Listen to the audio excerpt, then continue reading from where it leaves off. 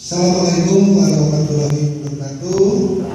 Selamat siang atau selamat pagi menuju siang untuk anak-anakku siswa baru SMK yang Santang yang Bapak cintai dan Bapak hormati. Izinkanlah Bapak sebelum memberikan materi MPLS yaitu yang berjudul pelajaran Pancasila. Terlebih dahulu Bapak memperkenalkan nama Bapak Mirwal M. Putra selaku guru mata pelajaran PPKN di SMK yang Santang ini.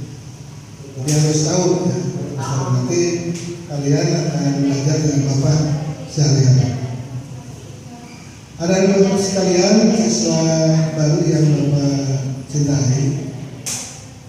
Kenapa di dalam materi ini berjudul pelajaran Pancasila? Kita tahu bahwa pelajar ini kan sudah barang tentu dia sebagai seorang yang dipersiapkan untuk menempuh ilmu-ilmu pembelajaran di sekolah yang berkarakter sesuai dengan nilai-nilai Pancasila. Kita tahu bahwa nilai-nilai Pancasila itu meliputi satu, ketuhanan yang Maha Esa, kedua, kemanusiaan yang tidak beradab, ketiga, persatuan Indonesia, keempat, kerakyatan yang dipimpin oleh kebijaksanaan dalam permusyawaratan perwakilan, dan yang kelima, keadilan sosial bagi seluruh rakyat. Dan itu harus kita laksanakan dalam kehidupan sehari-hari. Nah, berkenaan dengan materi pelajaran Pancasila, di sini ada beberapa yang profil pelajar. Profil pelajar Pancasila itu apa saja? Satu, beriman, ya, beriman bertakwa kepada Tuhan Yang Maha Esa dan berakhlak mulia. Nah, ini maksudnya sebentar, Bapak juga dulu.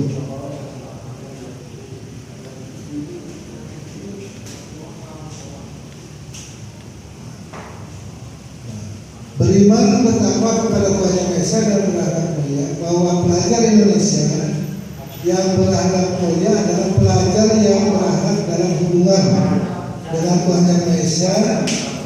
Ia memahami ajaran agama dan kepercayaan serta menerapkan pemahaman tersebut dalam kehidupan sehari-hari.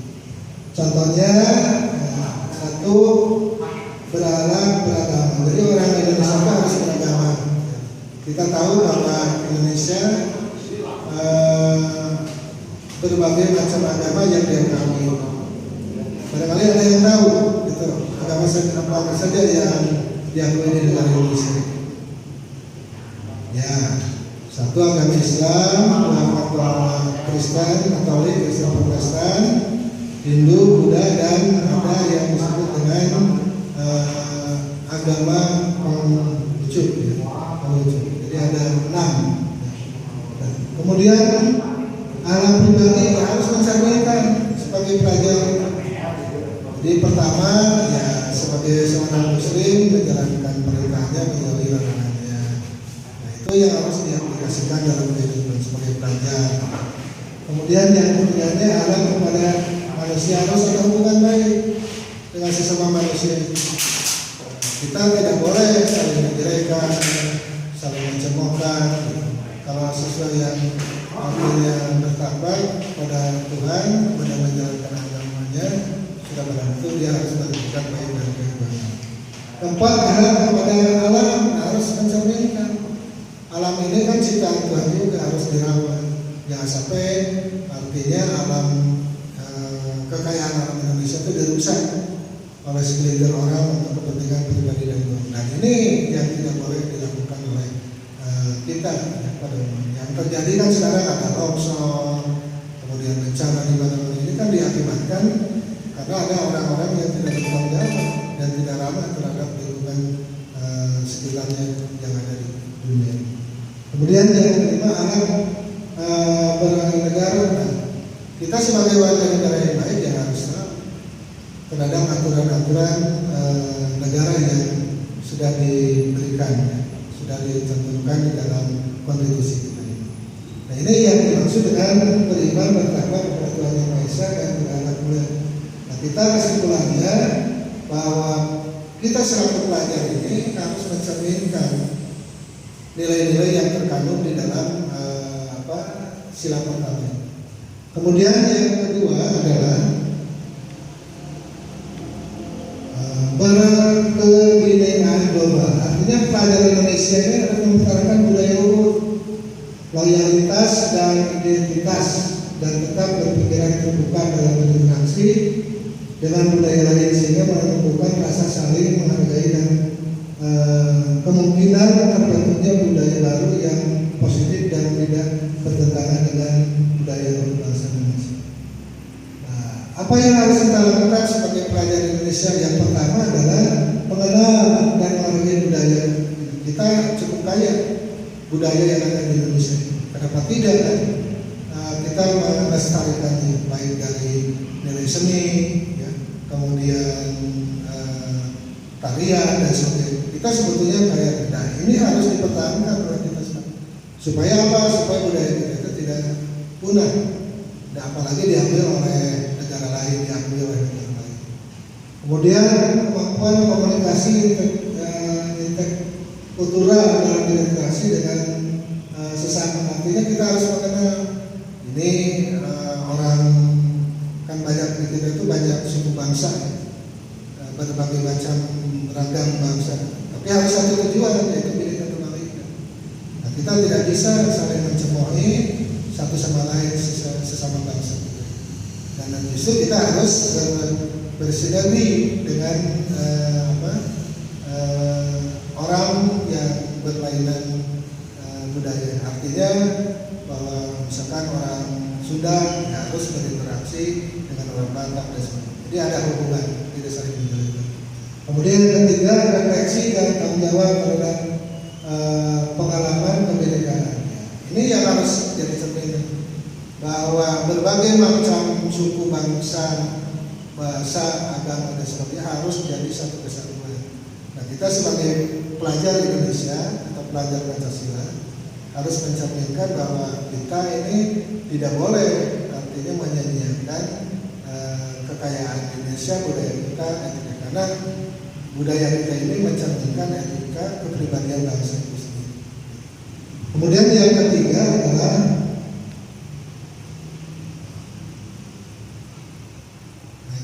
sebentar.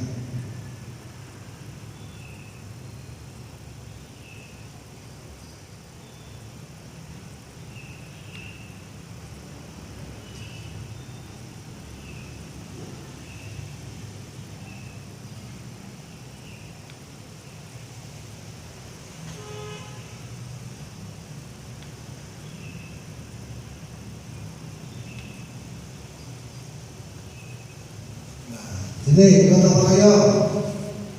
Nah, apa itu namanya? Pelajar Indonesia memiliki kemampuan gotong royong, yaitu kemampuan untuk melakukan kegiatan secara bersama-sama dengan sukarela agar apa? Agar kegiatan dapat berjalan lancar, mudah dan ringan. Nah, ini harus artinya nilai-nilai gotong royong ini adalah merupakan ciri khas bangsa Indonesia.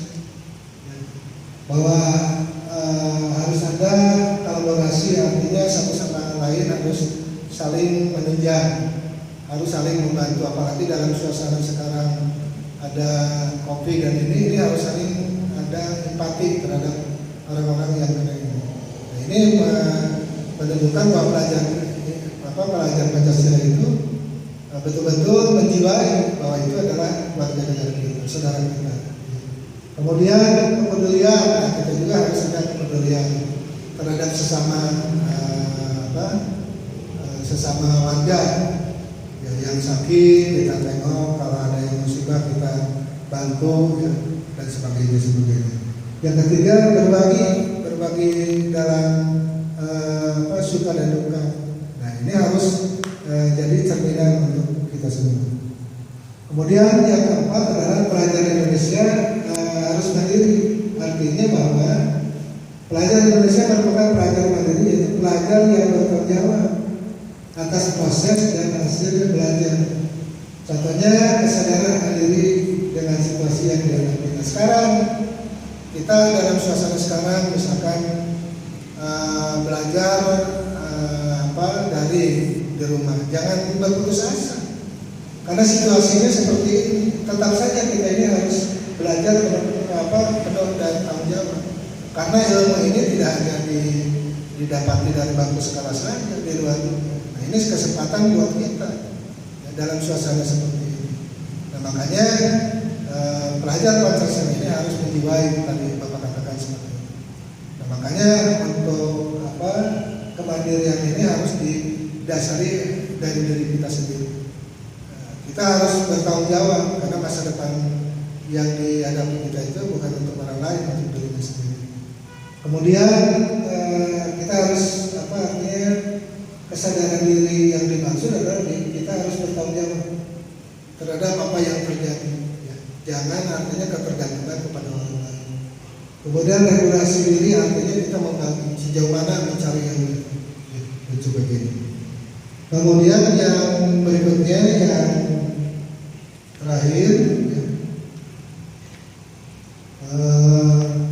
bernalar kritis, artinya bahwa pelajar yang bernalar kritis itu mampu secara objektif proses informasi baik kualitatif maupun kuantitatif, membangun keterkaitan antara berbagai informasi, menganalisis informasi, mengakurasi dan menyimpulkannya.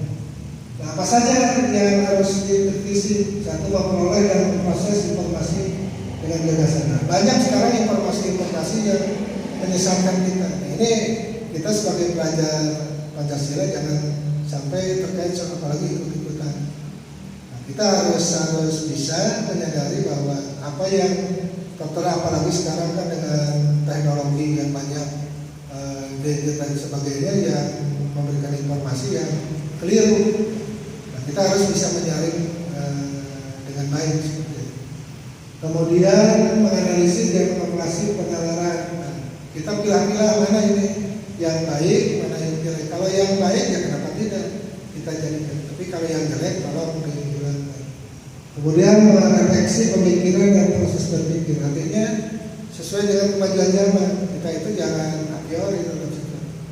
Jadi kita harus bisa melakukan terobosan-terobosan, apalagi sebagai pelajar ini masih murni gitu. Nah, kita harus belajar dengan sungguh-sungguh. Mengambil keputusan, nah ini harus bisa mana ini yang baik, mana yang jelek. Nah, dengan aturan-aturan yang ada kan sekarang dengan modal keterbukaan dan sebagainya, kita harus bisa memilah.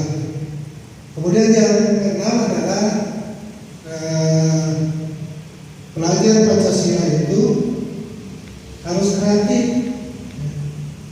Kreatif yang dimaksud adalah pelajar Indonesia atau pelajar yang kreatif mampu memodifikasi dan menghasilkan sesuatu yang orisinal, bermakna, bermanfaat dan berdampak.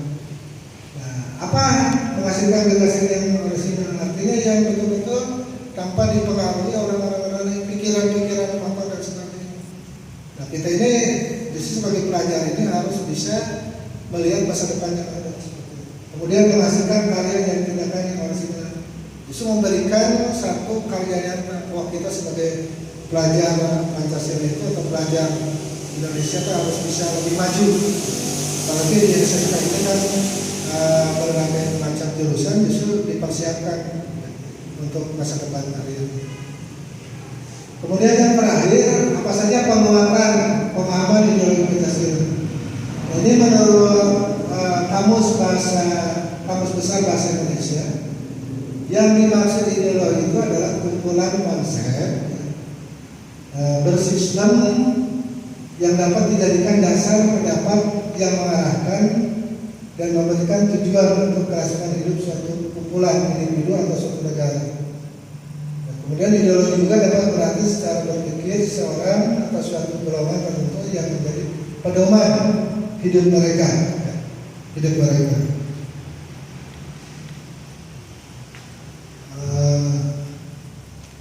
Kemudian ideologi juga dapat berarti secara berpikir seorang atau suatu golongan tertentu yang menjadi pedoman hidup mereka Dan ideologi juga dapat berarti suatu pemahaman program. Jadi suatu ideologi itu dilihat dari sosial politik suatu negara yang implementasinya kepada masyarakatnya. Jadi kalau ideologi kita adalah ideologi Pancasila, harus mencerminkan nilai-nilai Pancasila yang ada. Jadi tidak boleh ada kita menganut ideologi lain, karena kita sudah sepakat bahwa ideologi negara kita itu adalah ideologi Pancasila. Apa fungsi ideologi Pancasila? Nah, fungsi ideologi Pancasila adalah sebagai dasar negara. Nah, apa dasar negara? Pedoman hidup masyarakat, motivasi jati diri, sarana pemersatu bangsa Indonesia dan dalam pengarahkan Indonesia kepada tujuan. Nah, negara Indonesia sebagai sebagai dasar negara, artinya segala sesuatu dirumuskan dalam kehidupan, aturan-aturan sebagai warga negara terhadap negara. Kemudian Pancasila sebagai dasar negara memiliki maksud adalah semua hukum yang dibuat harus mematuhi isi Pancasila dan tidak boleh menyimpang dari tujuan asli Pancasila. Nah, itu yang dimaksud dengan dasar negara, Pancasila sebagai dasar negara. Kemudian Pancasila sebagai pedoman hidup masyarakat, berarti Pancasila sebagai petunjuk mengarah masyarakat dalam kehidupan sehari-hari. Jadi tidak boleh bertentangan dengan ideologi. Dan yang ketiga, Pancasila sebagai sarana pemersatu bangsa, berfungsi sebagai dasar pemersatu. Hal ini sesuai dengan sila Pancasila ketiga, yaitu persatuan Indonesia. Jadi artinya bahwa harus sepakat, tidak ada berbagai macam ideologi yang dianut di negara kita. Kemudian Pancasila sebagai pengarah Indonesia. Pancasila sebagai pengarah Indonesia untuk mencapai tujuan, berarti Pancasila dapat menjadi pedoman negara agar dapat mencapai tujuan negara, yaitu melindungi segenap bangsa Indonesia dan seluruh tumpah darah, memajukan secara umum, mencerdaskan kehidupan bangsa, ikut melaksanakan tertiban dunia berdasarkan kemerdekaan, perdamaian abadi dan keadilan sosial. Dan juga ideologi Pancasila berfungsi sebagai dasar negara, juga pedoman hidup masyarakat. Jadi tanpa adanya Pancasila, hukum-hukum yang dibuat akan bersifat menguntungkan beberapa individu dan tidak bersifat adil bagi masyarakat Indonesia. Jadi kesimpulannya adalah bahwa sebagai pelajar Pancasila, kita harus mematuhi aturan-aturan yang berlaku di negara kita, yang tidak keluar dari apa? Dari nilai-nilai yang terkandung di dalam. Itu saja barangkali yang bisa Bapak sampaikan. Terima kasih atas perhatiannya. Bapak cukupkan dengan ucapan wassalamualaikum warahmatullahi wabarakatuh. SMK bisa.